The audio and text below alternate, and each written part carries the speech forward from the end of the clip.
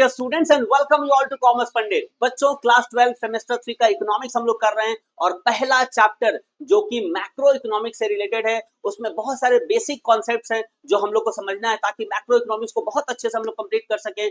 उसी basic concepts के ऊपर हम लोग इससे पहले भी कुछ वीडियोस लाए हैं और आज भी हम लोग उसी को कंटिन्यू करने वाले हैं बच्चों। सो आइए स्ट्रेट अवे हम लोग चलते हैं और देखते हैं कि आज कौन सा बेसिक कॉन्सेप्ट हम लोग सीखने वाले हैं।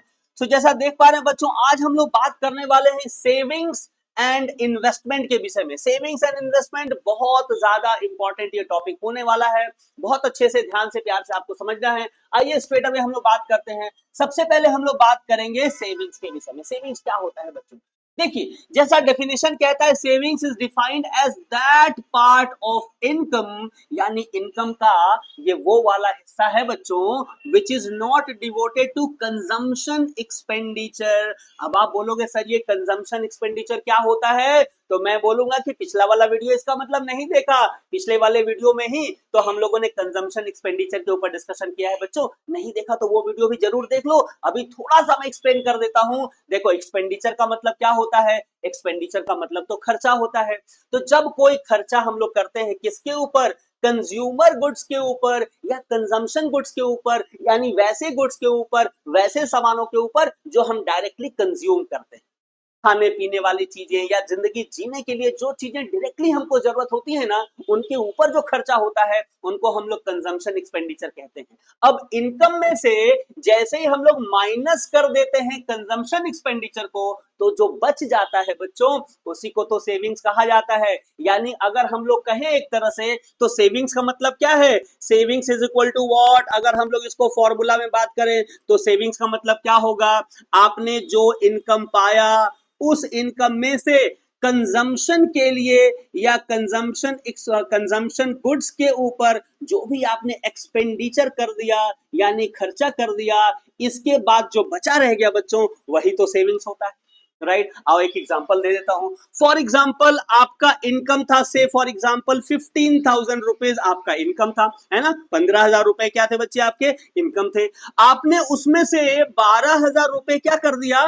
खर्चा कर दिया। 12,000 रुपए आपने खर्च कर दिया। तो अब जो 3,000 रुपए बच गए ना आपके, यस सर बच गए। 3,000 रुपए जो बच गए, ये 3,000 रुपए ही क्या कहलाएगा इकोनॉमिक्स में? आपका सेविंग्स कहलाएगा। सो जो आपका इनकम है उसमें से कंजम्पशन एक्सपेंडिचर को अगर माइनस कर दिया तो बच जाता है हमारे पास जो, वो क्या कहलाता है? सेविंग्स। तो जो कंजम्पशन एक्सपेंडिचर में हम लोग खर्चा नहीं किए हैं, जो बचा हुआ हिस्सा है हमारे इनकम का, वही तो सेविंग्स है ना? बहुत आसान। आओ अब बात करते हैं हम लोग इन्वेस्टमेंट की। इन्वेस्टमेंट बहुत ही इंपॉर्टेंट टॉपिक होने वाला है बच्चों। और एक बात मैं बता के चलूं कि नॉर्मल चीजों का जो सेंस होता है या अकाउंटेंसी या बिजनेस स्टडीज में चीजों का जो सेंस होता है, इकोनॉमिक्स चीजों को थोड़ी अलग निगाह से देखता है, उसका थोड़ा सा अलग मतलब होता है। सो इकोनॉमिक्स के अंदर इन्वेस्टमेंट का क्या मतलब होता है, आओ हम लोग समझते हैं। लिखा है कि investment is defined as the change in the stock of capital. Now this is important word,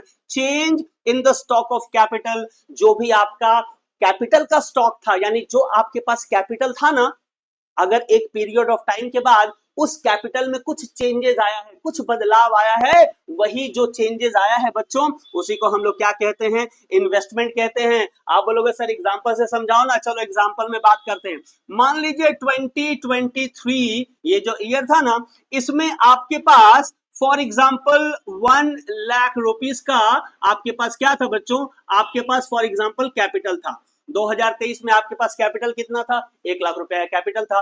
लेकिन ऐसा देखा गया कि 2024 आते आते आपका ये जो 1 लाख का कैपिटल था ना, अब वो कितने का कैपिटल हो चुका है? से फॉर एग्जांपल वो 5 लाख रुपीस का कैपिटल हो गया है।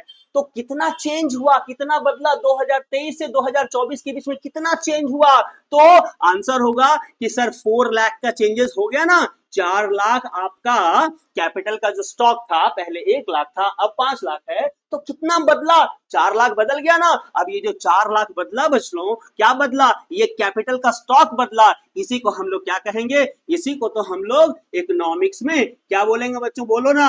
इसको हम लोग बोलेंगे इन्वेस्टमेंट। इसको क्या बोलेंगे? इन्वेस्टमेंट बोलेंगे। सो दो पीरियड के बीच में कैपिटल के अंदर जो बदलाव आता है उसी को इकोनॉमिक्स में क्या कहा जाता है? कैपिटल कहा जाता है। इजी है। आइए हम लोग आगे चलते हैं, इसको नोट डाउन कर लेना आप लोग। आगे चलते इसी से रिलेटेड और एक चीज हम लोग समझ लेते हैं, जो जब हम लोग नेशनल इनकम की अकाउंटिंग करेंगे ना बच्चों, ये जो चैप्टर है ये नेशनल इनकम की अकाउंटिंग से रिलेटेड ही है, तो उसमें ये पार्ट बहुत ज्यादा अहम रोल करेगा।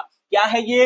Investment, gross investment and net investment. देखो इन्वेस्टमेंट ग्रॉस से नेट बनाना है, ग्रॉस से क्या बनाना है बच्चों? नेट बनाना है। एक कॉन्सेप्ट बताऊंगा, ये पूरा का पूरा टॉपिक क्लियर हो जाएगा और ये बहुत बार ये आपके इस चैप्टर के अंदर आने वाला है। याद रखना बच्चों, जब भी ग्रॉस से हमको कहां पहुंचना है? नेट पर पहुंचना है।